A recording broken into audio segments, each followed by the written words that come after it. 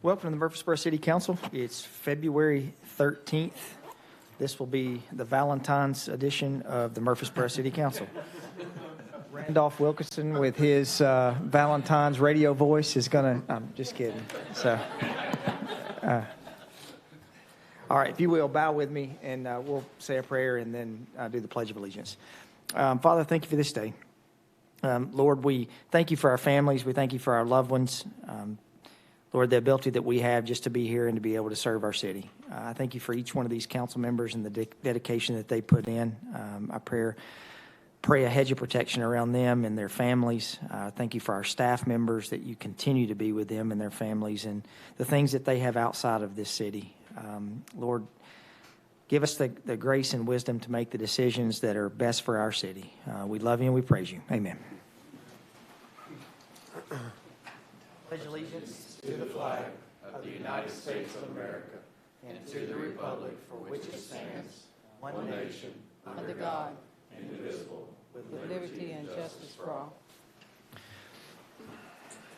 All right. Amanda, Aaron, do we have anyone signed up for public comment? Okay. All right, seeing no public comment, we'll move to action items. You have the Old Fort ball field renovations.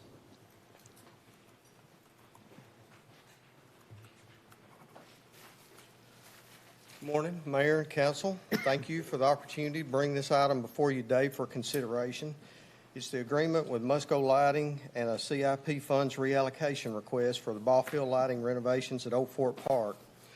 The existing lighting was installed in the 1970s and needs replacement in conjunction with the overall ball field and parking renovations coming this spring. This project will replace the existing wood poles with 6 galvanized poles with concrete bases and a new control cabinet that will facilitate automated control of the lights. The equipment will be purchased through a Sourcewell contract with Musco. The lighting, along with all the recent and ongoing upgrades, will help provide a safe and enjoyable experience at all the amenities at Old Fort Park. The expense, $329,852, is funded by the 2025 CIP or general fund budget, including a reallocation of $602,793 from the Veterans Park 2025 and the Barfield Park expansion CIP budgets. I'd be happy to answer any questions that you have. Is there any work being done to the field, or is it just the flooding that was in the parking lot? Or These are the ball field lights. The parking lights were included in the project recently approved. Right, okay. No questions, move for approval. Second. Motion second, please call the roll. Ms. Gales Harris. Aye. Vice Mayor Shacklet. Aye. Mr. Wade. Aye. Mr. Wright. Aye. Mayor McFarland. Aye. All right, we'll move to, thank you, Russell. All right, we'll move to, you have several city council meeting minutes. Any additions or deletions to the minutes? So moved. Second. Motion second, please call the roll. Ms. Gales Harris. Aye. Vice Mayor Shacklet. Aye. Mr. Wade. Aye. Mr. Wright. Aye. Mayor McFarland. Aye. All right, we'll move to ordinance 25OZ04, amending the PCD zoning for property along North Rutherford Boulevard. This is second and final reading. So moved. Second. Motion second, please call the roll. Ms. Gales Harris. Aye. Vice Mayor Shacklet. Aye. Mr. Wade. Aye. Mr. Wright. Aye. Mayor McFarland. Aye. Item 4, 25OZ05, rezoning property along East Castle Street. This is second and final reading. So moved. Second. Motion second, please call the roll. Ms. Gales Harris. Aye. Vice Mayor Shacklet. Aye. Mr. Wade. Aye. Mr. Wright. Aye. Mayor McFarland. Aye. Item 5, ordinance 25OZ02, amending the PRD zoning for property along Vills Road. This is second and final reading. So moved. Second. Motion second, please call the roll. Ms. Gales Harris. Vice Mayor Shacklet. Aye. Mr. Wade. Mr. Wright. Mayor McFarland. Aye. Ordinance 25OZ03, rezoning property along Old Las Casas Road. This is second and final reading.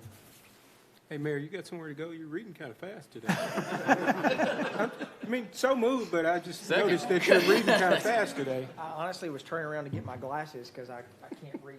You're doing good.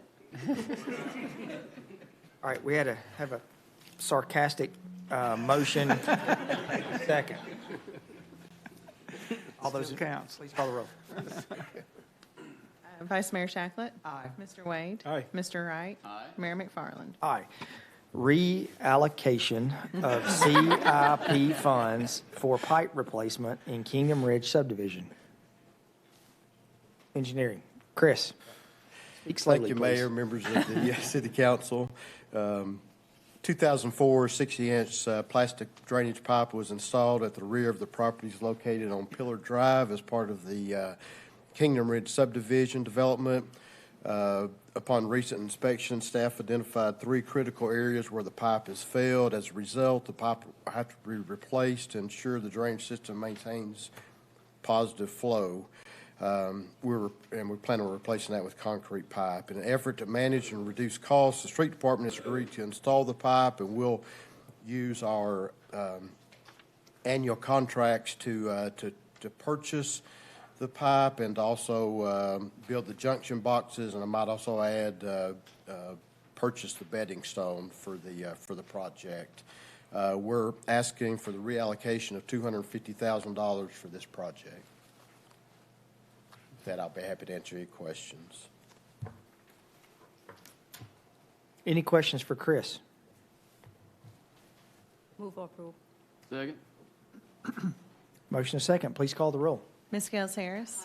Vice Mayor Shacklet. Aye. Mr. Wade. Mr. Wright. Aye. Mayor McFarland. Aye. Thank you, Chris. All right, let's move to workshop items. Item 8, we're going to pull that off. Mr. Job is under the weather, but also I think it'd be great.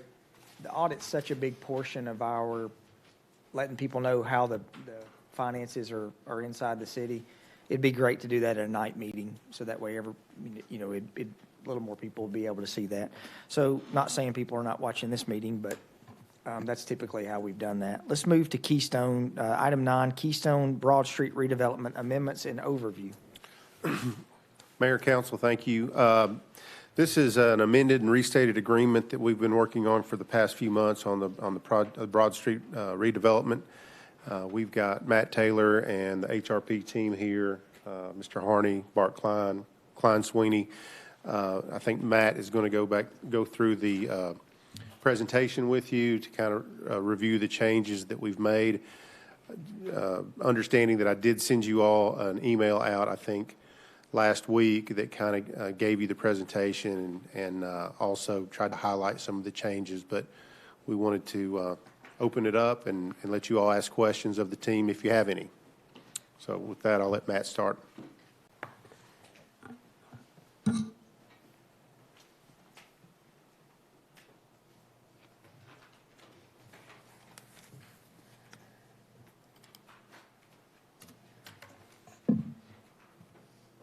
All right, Mayor, Council, Matt Taylor of SEC. We do have the rest of the development team with me.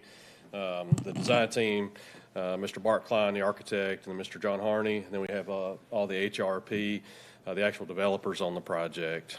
So as all of you know, we've been talking about this corner, this block, for a couple of years now.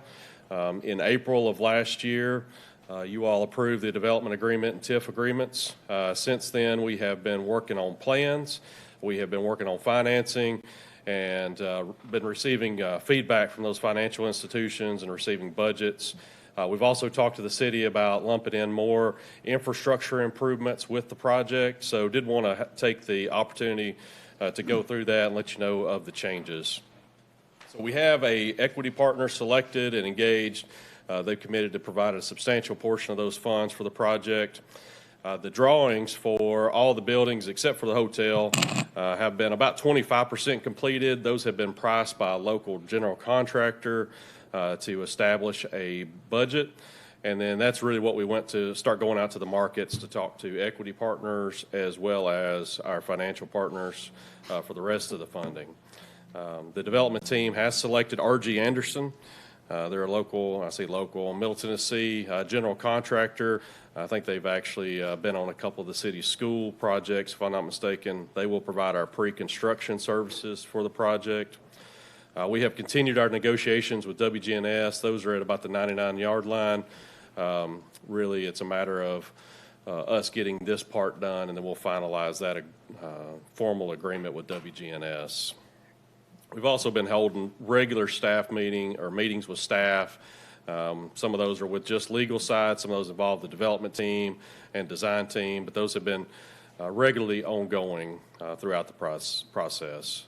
And then we have the final plat for the WGNS and that site plan have both been approved, and the plat, I think, is ready to record once we get to the next stage and actually complete the purchase of the city property. And then Murfreesboro Planning Department has reviewed our exterior elevations and given a general thumbs up. Obviously, that will require formal approval by Planning Commission. The design team here, all this is still the same as last time. Nothing here has changed. This has changed a little bit. We've just added our equity partners here. And then again, the design team. The development itself has largely stayed the same. Our entitlements are for up to 239 for lease units. Our plan proposes 231. The for sale had a range of 80 to 100. Our current plan has 98 for sale dwellings here. For both the for lease and the for sale, we have kept our commitment to the hometown heroes. So that's the police, firefighter, teachers. So that's either reduced rent or reduced sales price for those class of workers. The hotel, we currently have 115 rooms programmed in. And then retail space, we had a range of 30 to 40,000. We have about 31,000 square feet programmed in the buildings currently. Not asking for any changes there.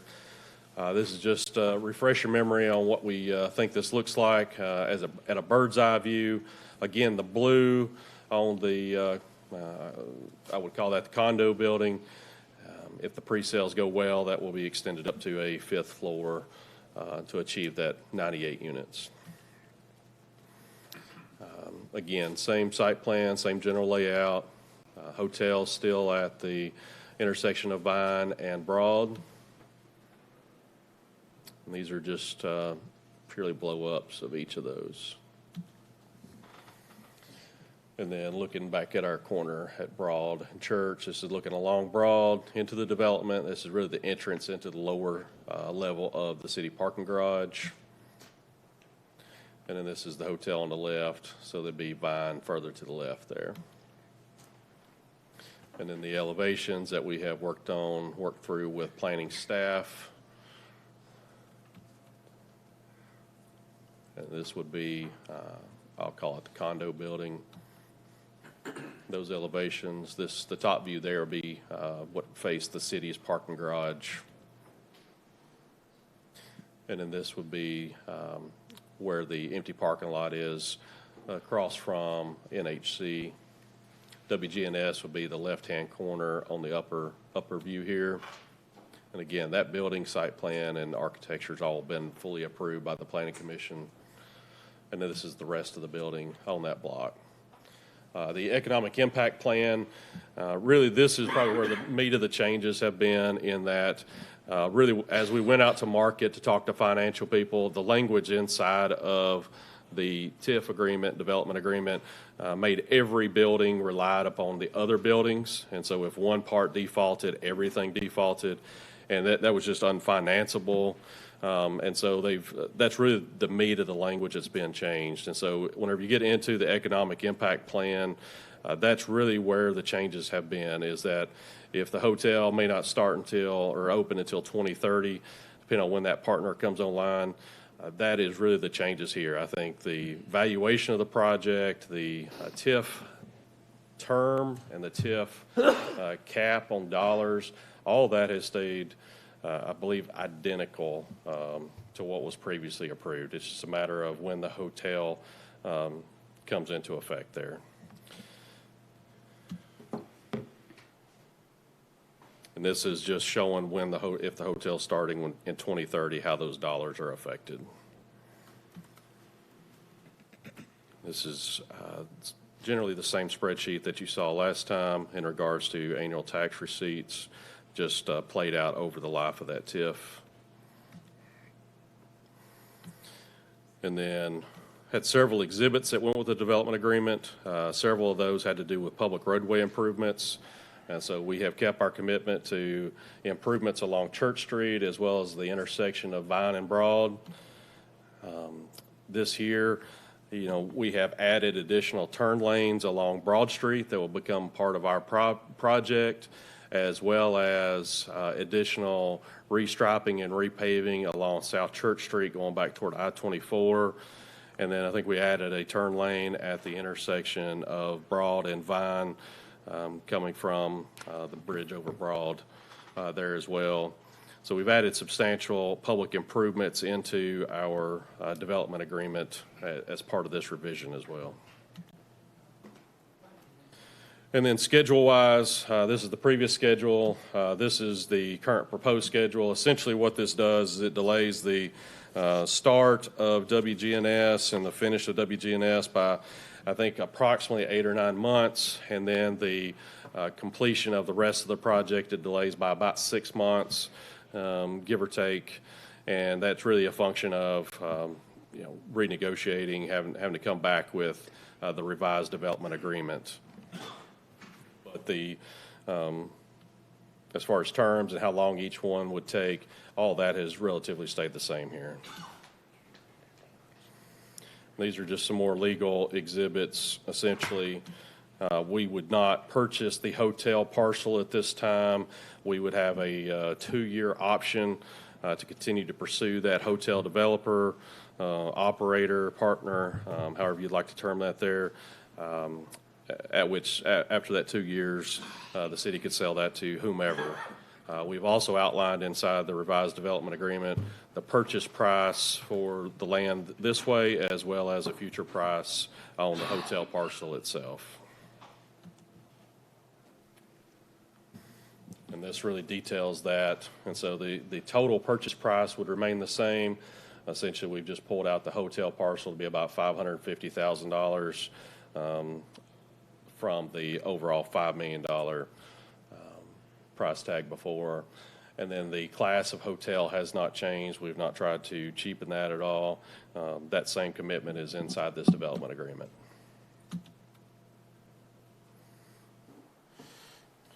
And then our parking structure, we will continue to build both parking structures. The eastern or westernmost parking structure would have parking up to 115 spaces for that future hotel, regardless of whether that is us building it or if that's somebody after our option to purchase has expired.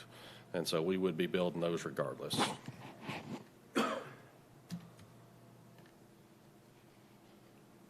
And then all city parcels, including the hotel parcel and current WGNS parcel, are in the economic plan area. The TIF is really split into 2 allocations. So one of those is the hotel piece. The other is the rest of the project. The hotel piece, that would not come into effect until it was actually started under construction. And then HRP would only receive that part once the hotel parcel is constructed. And that's the reason for the 2 options, those 2 economic impact slides previously. And then myself or the development team will be happy to try to answer any questions that you might have. I have a question, Matt. Yes, ma'am. On the units that are going to be designated, I think we said for teachers and who else did we say? So teacher, firefighters, and police officers. Have we considered, or can we consider maybe including military? So I think that, I believe that this is a very specific law that we are abiding by, and those classes are set out by federal law and not necessarily something we can deviate from. Those are, And so it's always been police, firefighters, and teachers. I think we had looked at EMS possibly before, and they may fall underneath that police and firefighter, but it's not a military would not be a classification that we could segregate, because essentially they have said that the federal government is allowing us to pull that class of citizen out and give them special treatment. And you have to have, by law, you have to have you cannot do that normally. But the So good that'd be news, like- the good news, Madeline, there are programs inside the federal government already for veterans. So special financing for VA home loans and things that are way better than what the normal public could get as well. So Yeah. there are programs there for military service. Yeah, I just could see a similarity, you know, fighting for their lives, and Right. fire and police do that, and get injured, fire and police. But And I don't disagree. I think that the difference is that I don't believe that the federal government has set up those same loan programs for the police, firefighters, and teachers. And so I think this is trying to bridge that gap through a different mean. Okay, and once those, let's say a couple of them become vacant, we're going to replace them with that same group of people, right? So we're setting aside 5% of the for lease, and so we will control that in perpetuity. And so that 5% would always be available for this 30% reduction. The for sale, once it leaves, you know, once we make that first sale to that first firefighter or teacher, we lose the ability for how that's transferred after that. And so it's really the first sale that we would make that we control. We don't control who that firefighter sells to afterwards, unfortunately. Does that federal law that you're talking about that allows hometown heroes, does that designate the percentages, or is that left up to the developer? I think it gives a range of percentages, if I'm not mistaken, so. I think I've heard that the infrastructure for the hotel is a part that Yes, sir. you're preparing that. We would essentially make it what we would term a pad-ready site. And so we would grade that to be a flat pad. We would bring utilities to that. We would also bring any stormwater to that site as well. So we would not provide, say, the paving for their drop-off canopy or their dumpster, things like that, but we would, what we in the industry would call pad-ready. So it's very much like what you see up and down Medical Center Parkway. They can come in, they can clip a little dirt off the top, and they can start going vertical very easy. Which makes it more attractive for some hotel. It's more valuable. They don't have to mess with the road realignments. It's a very clean sale at the end of the day. And what is the average price of one of these units, homes? I don't know that we have set that number yet. We've got some budgets, but we have not set those numbers yet, Ms. Harris. You going to set them where they're affordable? We want to make them as affordable as we can so they'll sell as fast as they can. What do we call, or what do you call, right now, I'm not saying this particular project, but what would you say is an affordable house today? I think that's a very hard question to answer, Ms. Harris. Affordable has changed since I did. I think if you go out in Murfreesboro right now and try to buy the same house, my first house, you're probably paying $350,000 or $400,000, and I don't know that you can get any cheaper than that. Yeah, I've been looking at from a- homes in Atlanta, and, I mean, it's ridiculous. So, Just wondered, I'm not being critical, I No, just wonder yes, what ma'am. do we I call under- in Murfreesboro? And then maybe I shouldn't have asked you that question, putting you on the spot, but what do we call in Murfreesboro an affordable house? I think this will, Townhome. we will make them as affordable, and we'll have some, I'm sure, that will be, that will not be affordable. We may have somebody that wants to come in and combine 2 or 3 units, and we saw some of that when we started talking to people about One East College. I know that's a 4-letter word, but we did see some of that. People really Out of wanted order. people wanted to come in and spend $1 million, but you got other people that want to be downtown and spend, a quarter of that or a third of that. So we think it'll be a wide range of buyers here. Hey, Matt, what's the projected start date? So I think I got myself a little note here.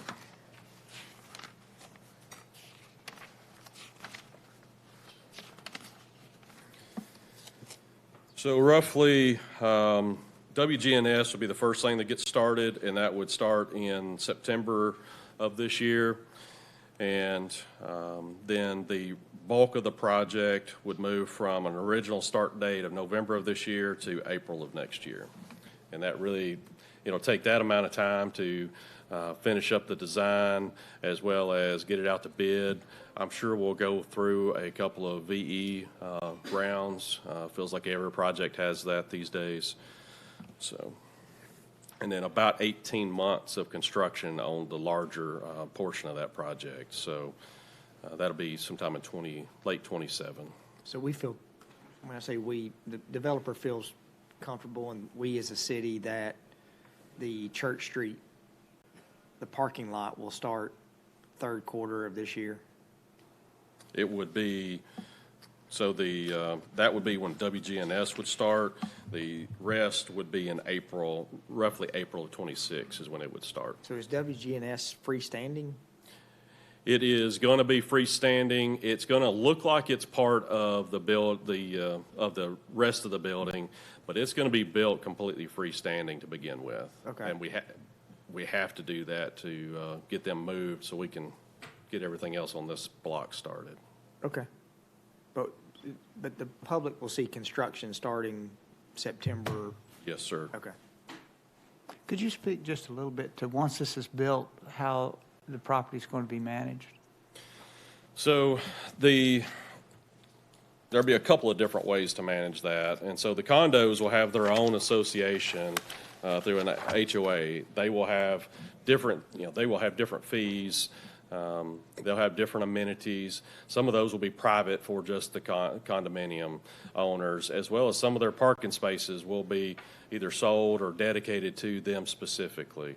Whereas the for lease component, that will have one management company that overlooks that, much like most of our other multifamily around town. You'll have one person that is managing, or one entity that is managing those renters, collecting the rent, looking after the amenities.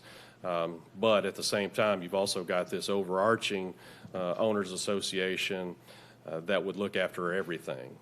So you're just going to have several sub-associations underneath those. Just like the commercial is going to dictate additional or different demands than the residential would too. So we'll have owners associations, but you'd have one overarching association. On-site management? Yes, sir. We'd have, I don't know that the condos would necessarily have anybody on site permanently, but the for lease would have people there all the time. And for the TIF and all, this has got to go to the county, right? Yes, sir. And so I think we're trying to be at county commission in about the next 45 days. I don't remember that exact date off the top of my head. We've got to go to several committees there. We also have to go to the IDB again for that revision. Any more questions for Matt? Okay. Any questions for Darren and his team?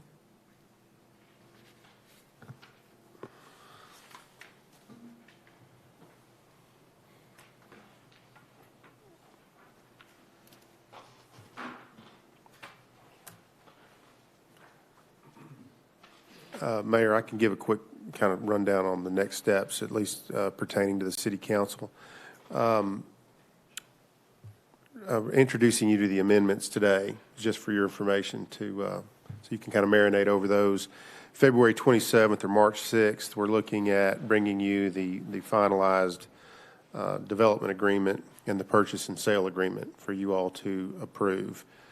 That would include a parking agreement as an exhibit to the development agreement, since the hotel is reliant on the structured parking in the parking deck. Then we would need to go back to the Industrial Development Board, and they would approve the economic impact plan and the funding agreement, and they would have as attachment what you all had approved as the development agreement. Come back to the council March 27th. For you all to approve the economic development impact and funding agreement that the IDB approved. So it's kind of a council development agreement approval, the economic approval, impact approval goes to IDB, and then it comes back to you all after the IDB's reviewed that. I think in April, according to the calendar that I recall, that's when they would start going through the county's approval process through their steering committee, their property committee or land management committee, and different elements. But that's kind of the path forward, if you will. So between now and say the 27th or March 6th, if you have questions, please, now's the time to dig in. Okay. All right. So we will move, any questions for Darren? All right, we'll move to Cherry Lane Corridor Study Area I-840 to I-24. You all can leave if you want to go with from the Keystone Group. Yeah, thank y'all. Yes, sir. This is a staff going through a lot of discussions with the Tennessee Department of Transportation on the choice lane projects. And what we have found is that the major thoroughfare plan that the city has adopted, which shows, if you look on this left, there's a left little diamond over there on I-24. We had always anticipated an interchange occurring at that location on I-24. That is no longer anticipated based on the choice lanes. It's not a no way, it'll never happen, but it's leaning towards no interchange there. So what that has done, it has caused staff to look at what has been zoned. The Waldron property has already been zoned into the city. There's a lot of other constraints. When you look at CSX Railroad, you've got Overall Creek, you've got West Fork Stones River, you've got limited access to State Route or I-840 and Broad Street. And what we are wanting to look or review with you today is the fact that we believe that this corridor between I-840 and I-24 really needs a comprehensive master plan approach that would be led by the city.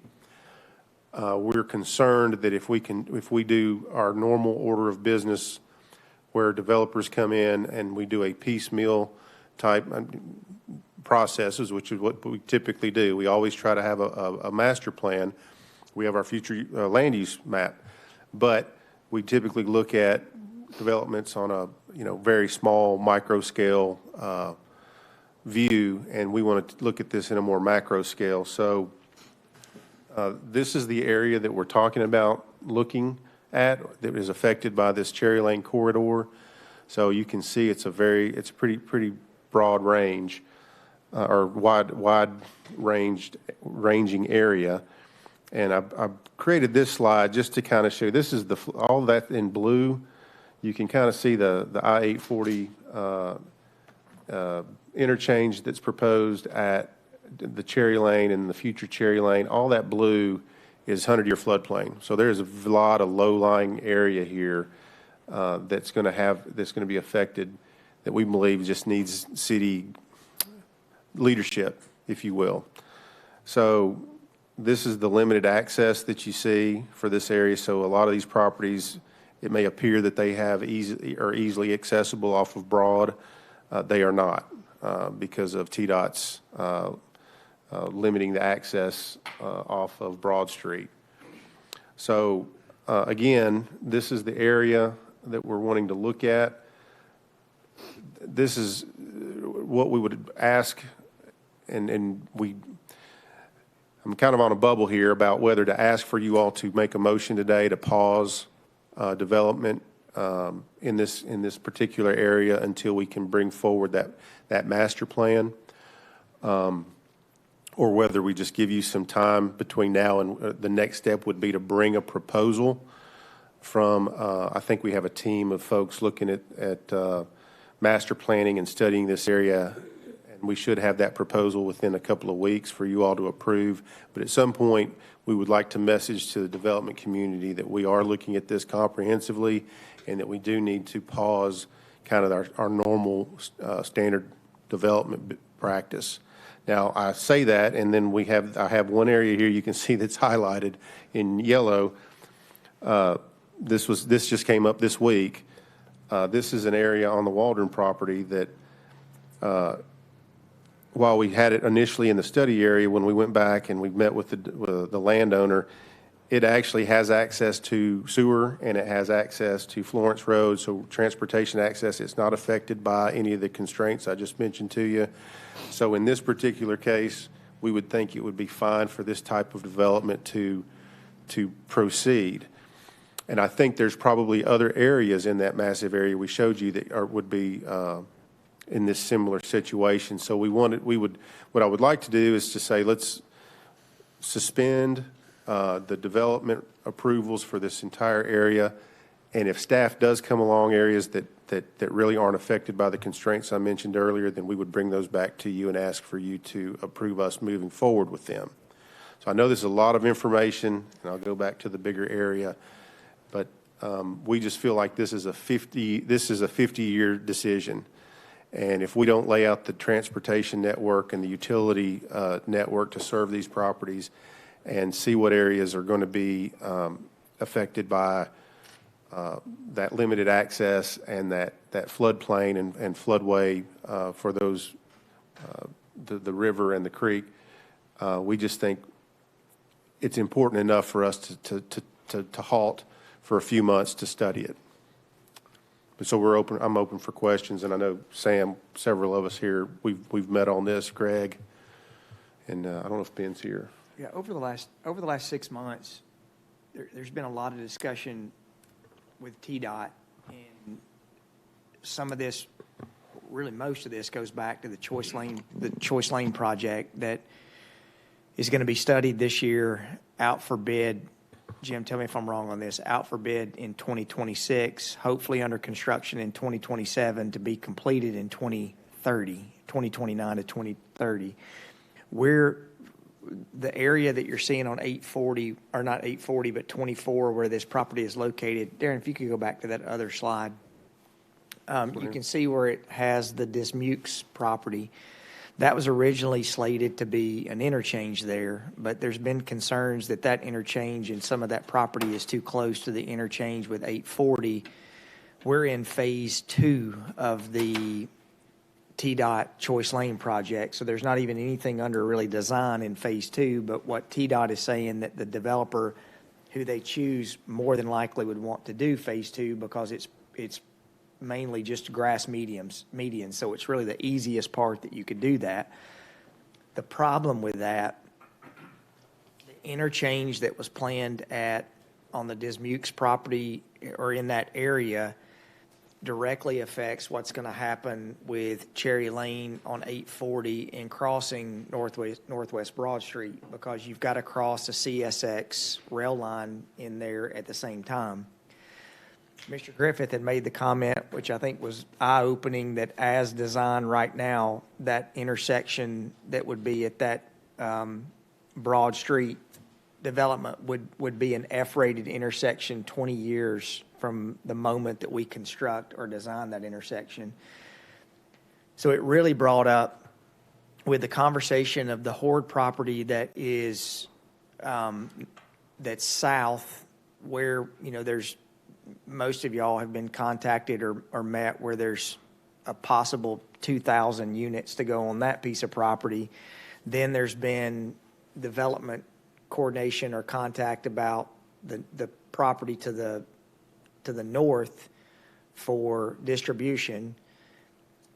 We get criticized a lot for not planning for the future, and basically that we piecemeal development together, and by the time the development comes in, the road network and infrastructure is not there. And aligning all these things up and seeing what's happened with 24, if we don't come up with, and this is my opinion, if we don't come up with a master plan road network that we can show the development community, here's what is going to have to happen or needs to happen, we're going to end up with another, use this as a bad example, River Rock and Cason Lane, where we're going to try to fit a road network around proposed development, not knowing what's going to happen. And that could be disastrous for really what's one of the most important interchanges that we're going to build on 840 in the 20 years that we've been working on interchanges. So I'm not saying that this needs to be like, heck no, we're not going to do any development in the area, but we need to let the development community know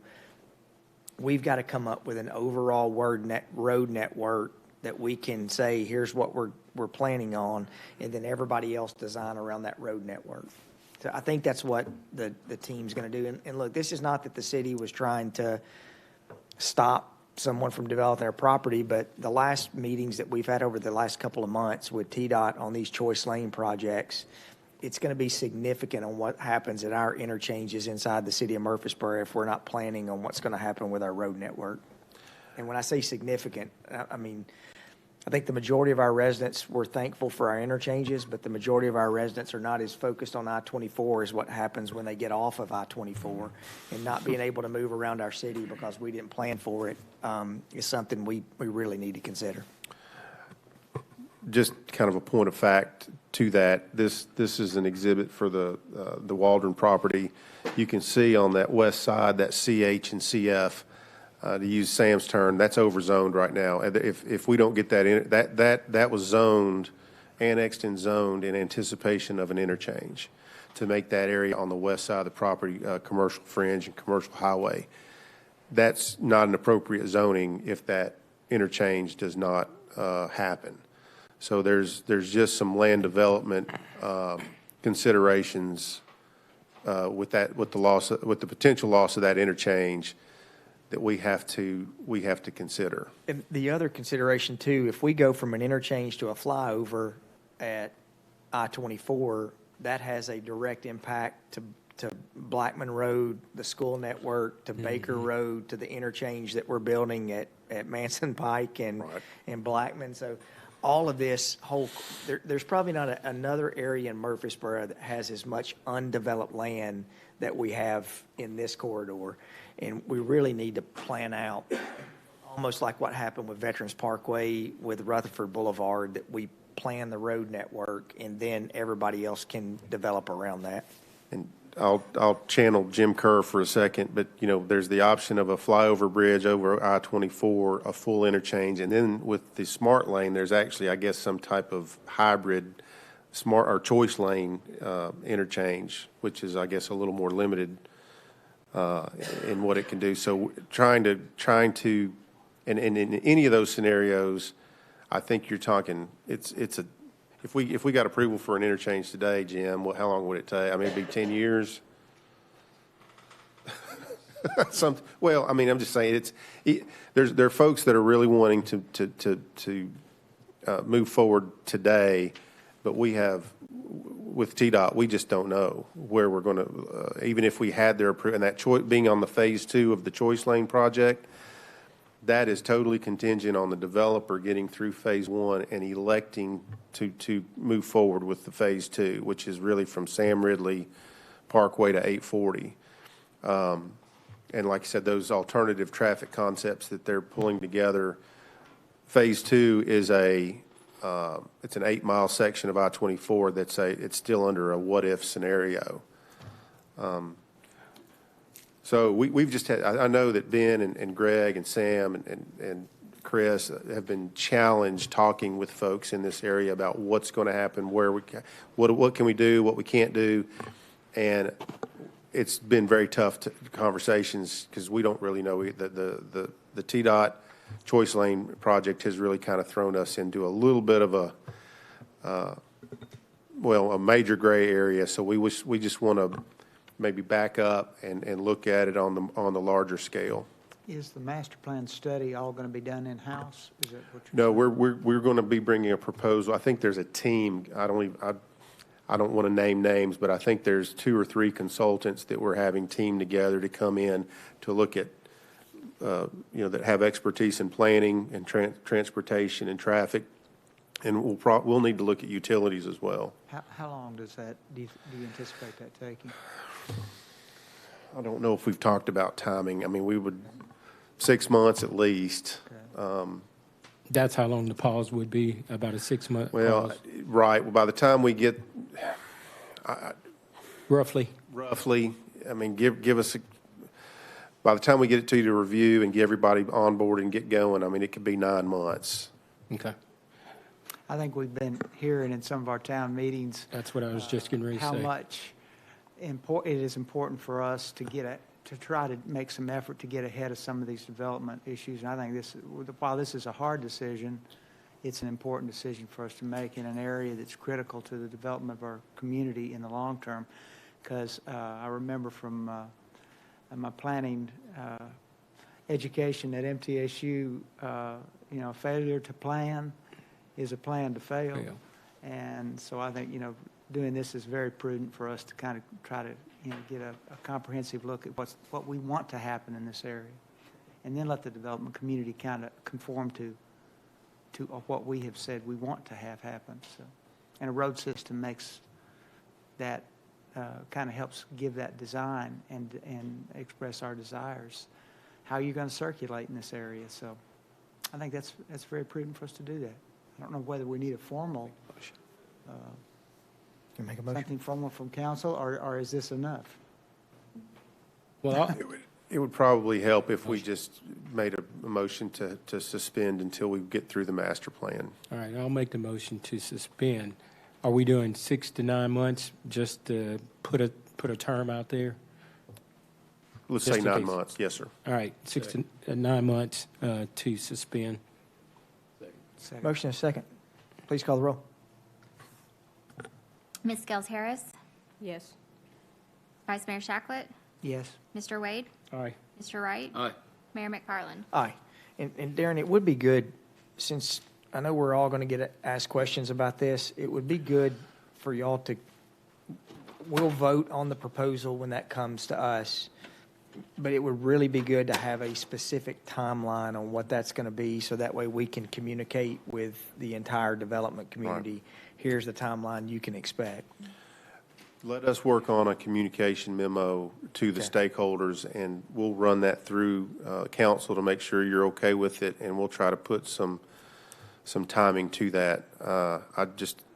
I hope we'll work very diligently for, Okay. try to get it by the end of the year. All right, let's move to the 2024 annual report. Mayor, council, again, thank you. This was our first annual, or attempt at an annual report. I kind of gave the directive to all the department heads to go through and just try to create something of some key performance indicators or some metrics that they track, to put it into more graphical form, so it's just easier for you all to review instead of going through a long, lengthy Word document and trying to assimilate a lot of that. To me, a lot of times, just that graphical imagery, the visual is much better than reading. So I've just put together, it ended up being about 66 pages, which it was longer than I thought. And each department, a header sheet of each department kind of gives a little bit of a summary. But I just wanted to show you all kind of what it looks like. Give 6 or 7 slides real quick. But this is on land use matters. You can kind of see here, so you can tell from this number, about 340 acres that were in the county got annexed into the city. And you can kind of see from these other original zonings how much got transferred into a revised zoning. Just kind of give you a heads up of 2024 on some land use matters. This is the building activity trends that is done each year. It kind of shows the new single-family units, commercial units. This actually goes back to 1979, so we've got a very strong, and there's in the report, you can actually see, I think, in the last 4 years, there's about, what was it, Sam? Was it $2 billion or $3 billion? Last 4 years, about $3 billion in construction activity in the city, so there's some good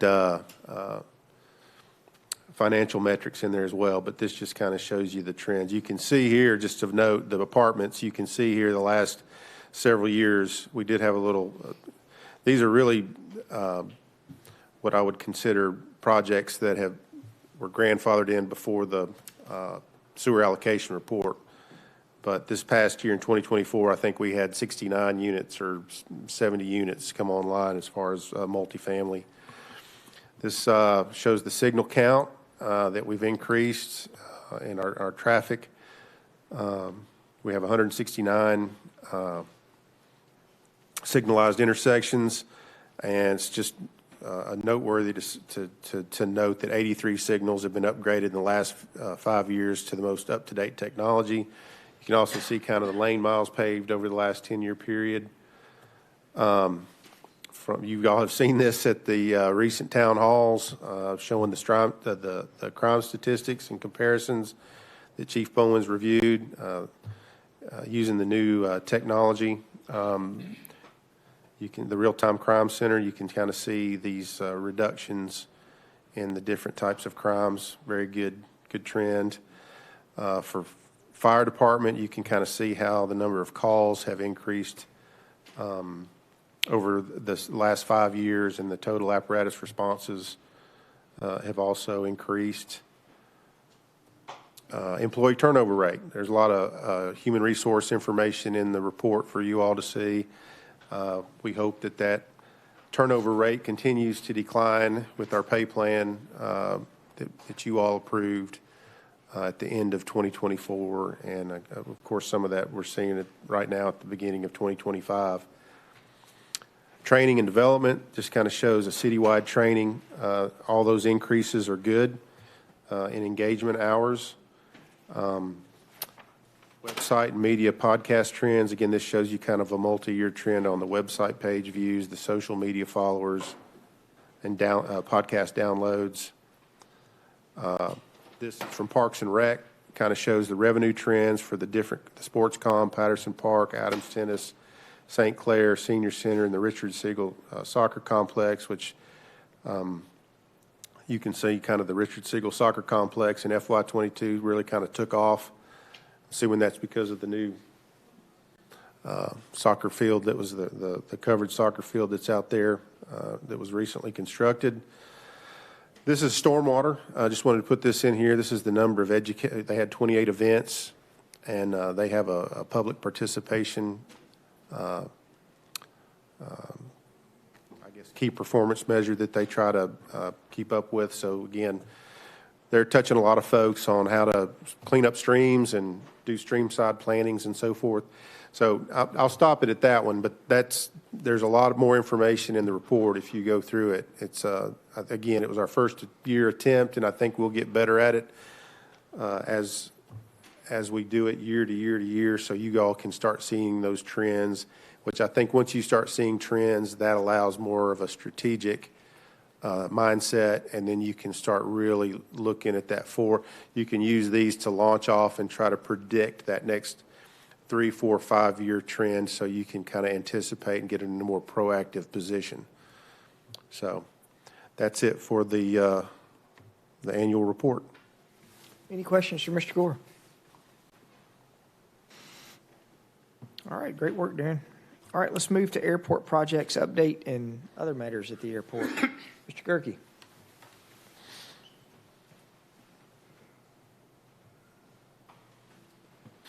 Thank you, Mayor and members of the council. Appreciate this opportunity to come to you today to present this to you. In the room here today, too, is our vice chair of our airport commission, Cannon Lowry, who's here today. And also, as you came into the lobby today, we're also celebrating the 94th birthday of Robert Bob Huddleston, who's in the Tennessee Aviation Hall of Fame, and also was the first person to land here at the airport. And we know that because he followed the bulldozer off the runway when he landed. So that has to be true. So I wanted to plot a little bit of a course for our future, kind of sharing where we are today on certain projects, and then go from there. Recently, we just completed the fuel farm project, and it really helps our capacity of our fuel from 12,000 gallons of avgas to 25,000 of gallons of Jet A, change that to 15,000 gallons of Jet A. And we also have a great deal of environmental improvements from various fail-safe alarms and shut-off valves and things like that. Also a major improvement in containment. And then we're also preparing for the future, and with our new 100 low lead tank is prepared for the avgas zero lead fuel, which will be coming in the future sometime around 2030. Our runway threshold relocation airfield pavement repair has recently been completed, and I'll just, before and after pictures are always kind of fun. and you can really see a dramatic difference in what our pavement looks like after that project, and some of the improvements that were made there that'll extend the life of our pavement a great deal. And that's part of our state aeronautics division also putting more focus on pavement maintenance and going around our state for our whole system of airports, general aviation airports across the state. There were a couple areas that we were not able to get, and this is an area around the T hangars there. You can see quite a bit of old area of pavement, and there's some areas there that we will have to get in a further project. We're under design right now for that area. There's some underground issues there that will have to be dealt with. It just won't just be a pavement repair. There's also an area over here in 2030 that we'll be looking at, and that will be, we'll look at that a little bit further in this presentation about an area that will give us some future development opportunities in economic development. The blast pad here at the end of the runway was a nice alternative. It's built to the similar weight-bearing capabilities as all the other surfaces on the airport, and it's an additional safety feature when we had to shift the runway a little bit to the north. We made the threshold move 300 feet to the north, and that cleared our approach on the south end of the airport. Barge Design Services is currently developing the plans to create a clear approach for runway 36 to the FAA standards in hopes that then we can move that threshold back in the future. The other part of it was meeting the FAA design standards for the runway protection zone, and on the west side of the approach to runway 36, and there were 8 homes, units here that were identified in the runway protection zone. And as of today, we have 6 of those 8 in about a 2-year period, which is really excellent. It's moved along much faster than I thought it would. We are currently, there is a request to Governor Lee for financial assistance for the purchases of those units. This is kind of a bird's eye view as coming in from a pilot for the approach for 3-6. And to protect that approach, there is the runway protection zone. And when we began the building of this airport back in the 40s and 50s, there was also an area of an navigation easement that helped clear our approach. And so to protect that approach for runway 36, there's a runway protection zone and large navigation easement. And as I said, Barge is currently designing the plan which will acquire more airspace, and we'll be looking at those areas that are currently not covered under the navigation easement to protect that approach for the aircraft to safely navigate in and out of our airport. On the north end, we have a similar situation on the approach. We have the runway protection zone, and it is clear. It's pretty much all on airport property. There is one piece of property here between the Swanson development property and State Farm that is currently, it's been for sale for several years. We're speaking with those landowners to ensure that, again, on this end of the airport, we protect our approach in and out of the airport. This is, as we talk about approaches and operations, and we talk about end of the year kind of numbers, I wanted to share this information with you. I think this is pretty exciting in that this is information from our VERTOwer that is counting the operations of our aircraft. And what you're seeing here is a trend in our operations total of aircraft that you see. We're in that 90,000 range of operations, which is a really, you can tell that this is a busy general aviation airport. It represents the dynamic part of our city. But you're also looking at, in yellow, the MTSU and their operations. And so you can see that our operations are increasing slightly by adopting the standard operating procedures that we had in place, and the operators, the flight schools, adopting their subsequent procedures. We can see that MTSU has decreased their operations by 17%. Our traffic has still made up for that loss of nearly 10,000 operations and still growing a little bit in a different fleet mix of aircraft. And I think you've noticed a decrease in the complaints and calls and emails that you've received because of this. And if you really want to get down to the weeds like Darren does with all of our data, this is really interesting in that we're comparing March of 2021 to March of 2024. And right here, you can see these really critical hours in the morning and in the night, less traffic. And I looked at April too, just to make sure that that wasn't a unique situation. But in 2021, where we're almost at 1,000 operations on the 15th hour of the day, here we're less than 600. And then in those critical hours in the morning and the evenings, you can see the decrease. That's where we see that 10,000 operations decrease of flight training really taking effect. And that's where we were getting our complaints a lot. So that's pretty amazing. So VirTower, keeping that going, has helped us continue to get this data, flight training operators going to nearby airports, and then the university actually hiring a safety officer to watch over their flight training operations was really key to that success so far. So the next step in managing our airspace is the proposed federal contract tower. And so what we're doing right now is looking at the different sites. We've picked out 3 different sites for the tower, and that's what will be studied by the FAA in this year. The next part is our taxiway Foxtrot development area that you've heard about, and it's the large area that was the old soccer fields, and then the down here near the access road behind Chick-fil-A and some of those other businesses. And so we have a plan which includes the towers, but then we also have plans in there for hangar development. And what you see there is a focus on providing services such as aircraft charter operations, taking care of our hangar demand, and providing aviation jobs. And then the next part in here is really going to take a little bit longer to develop. We're looking at once MTSU vacates their facilities around 2030, what we're going to do there. So that planning is occurring now as we get into that process, as MTSU goes through their relocation. So their plan is this. Right now, we're into phase 1. As of January of this year, they have built a ramp at Shelbyville and portable offices and parked 5 aircraft from Murfreesboro at Shelbyville. There's another probably 7 or so aircraft that are down there and operating. As of this summer, we will be taking over the classroom on the other end of this building, which will be used for training and meeting space for the city and much like we operate this room. The next phase, phase 3, is really a critical time period. The new ProPilot flight training facility will be built. Remaining 30 aircraft that are here will be relocated to Shelbyville, I'm sorry, and that'll be a critical time to see that occurs.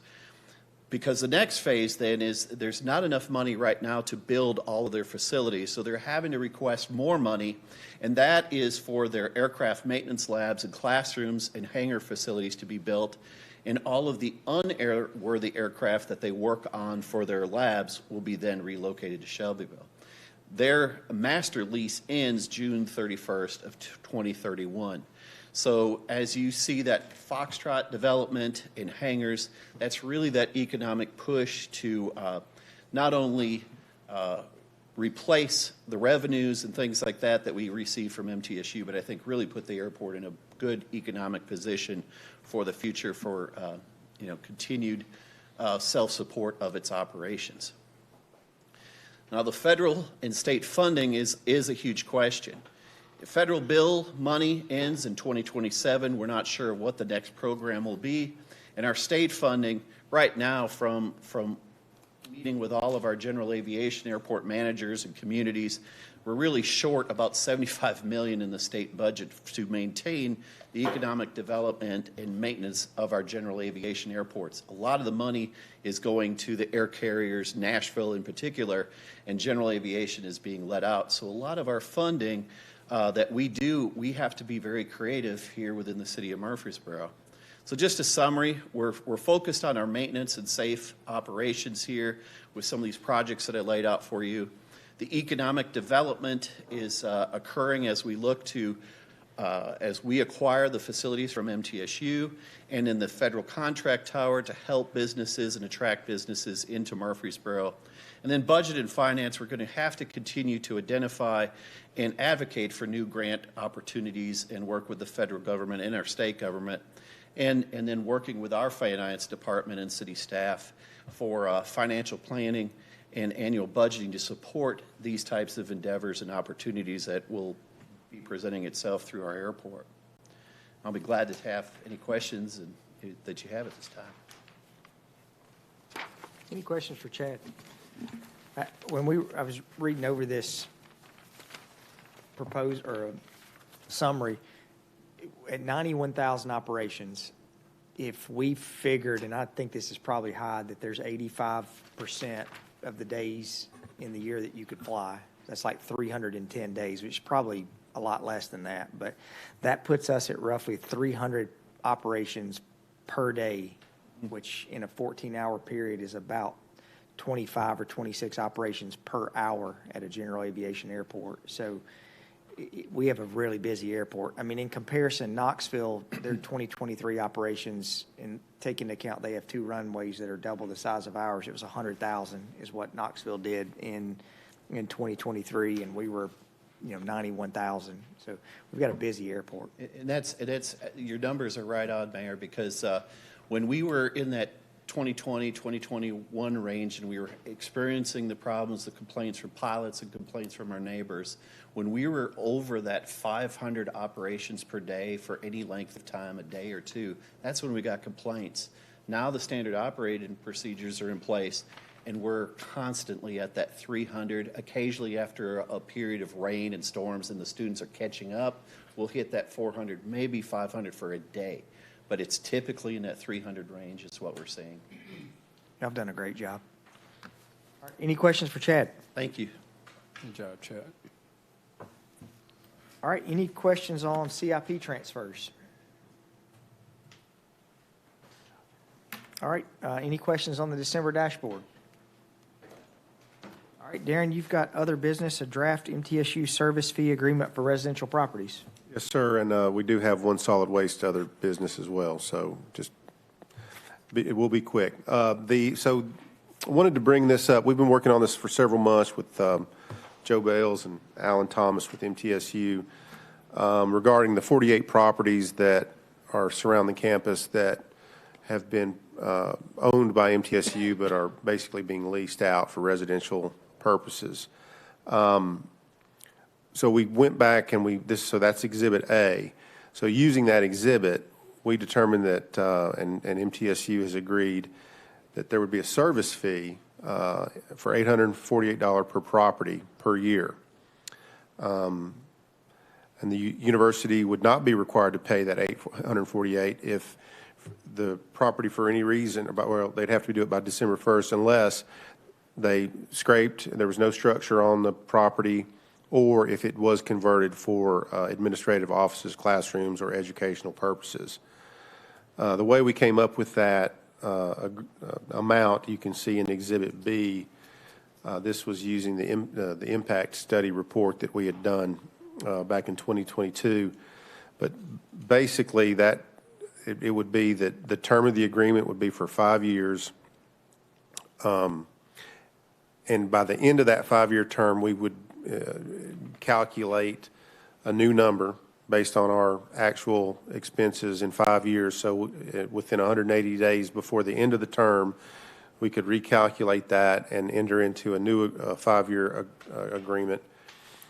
The services fees would be payable by December 31st, and the city would agree to use those fees, right, for the purpose of funding public services, infrastructure, for the residents of the city, including public safety, parks and recreation, streets, and solid waste.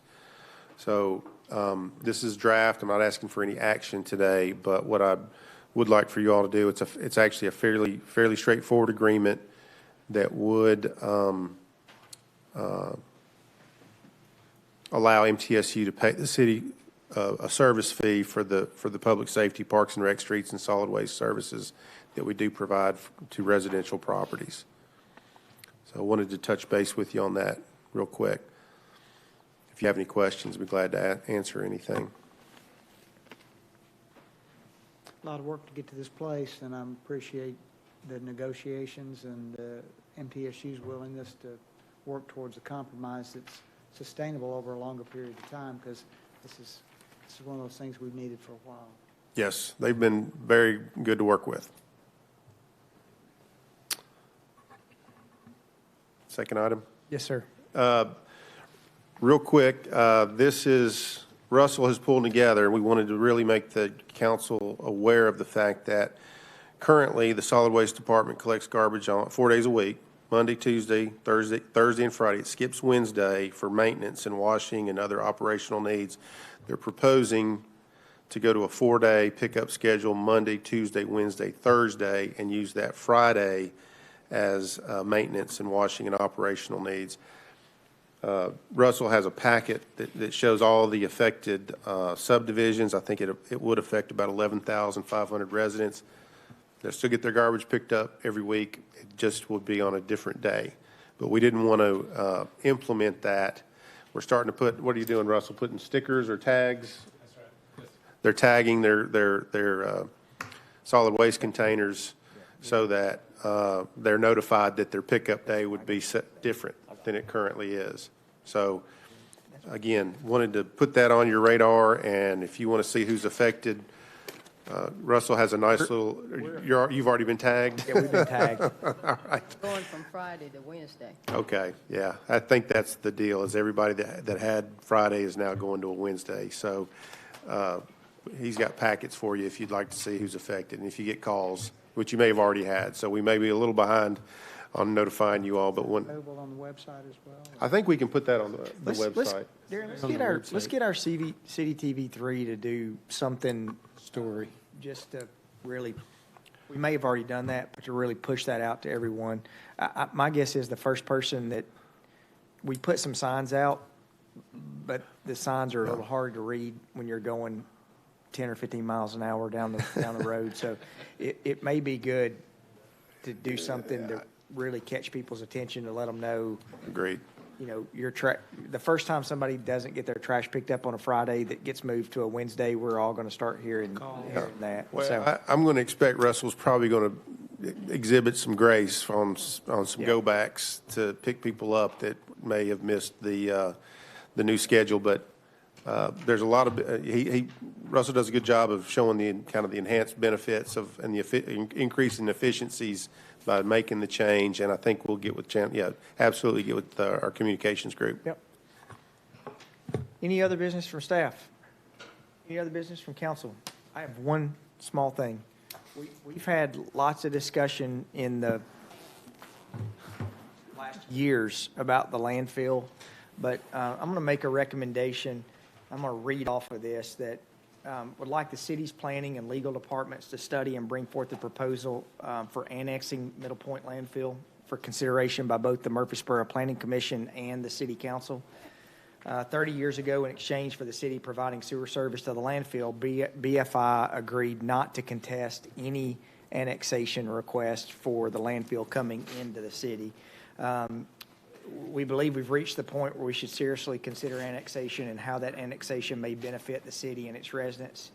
I hate to bring this up under other business, but we've got to be able to get the process at least started. And there is one clear benefit, that annexation would allow the city to be able to collect property taxes on the landfill. That is not disputed. So I think it would be great to start that process. There may be some other benefits that I know the county is looking at, but there could be some significant benefits that the council needs to consider, but let it go through the process of the Planning Commission as well. Is everybody okay with that? We don't have to go through a process before we vote on it. We need a motion to do it.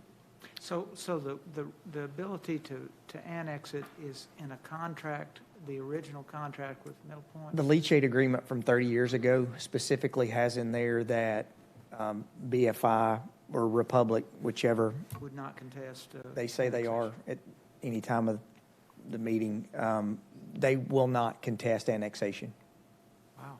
So, I mean, it's really not, there's not a, if you think about it, it's really consistent with the city's historical approach to handling outside the city sewer customers. That's historically been a requirement to extend city sewer to properties outside the city limits. Is that they? Adjacent to city limits? It is. It is. At the Walter Hill Park, When that- we did that, we made it adjacent. yeah, so. And I think the other part too, even under our current outside city sewer agreement that we adopted 5 or 6 years ago, you know, we really have cut off doing outside city sewer services unless there's a significant economic benefit. They're probably one of our larger sewer users in the city, I would imagine, aren't they? Not sewer, A but, couple 100,000 gallons a day. yeah. Yeah. Yep. So we'll let y'all start that process. Okay, thank you. Any other questions? Seeing none, happy Valentine's Day, everybody. Randolph, you want to come up and tell everybody happy Valentine's Day? Stand adjourned. Yeah, too. Hey, good job.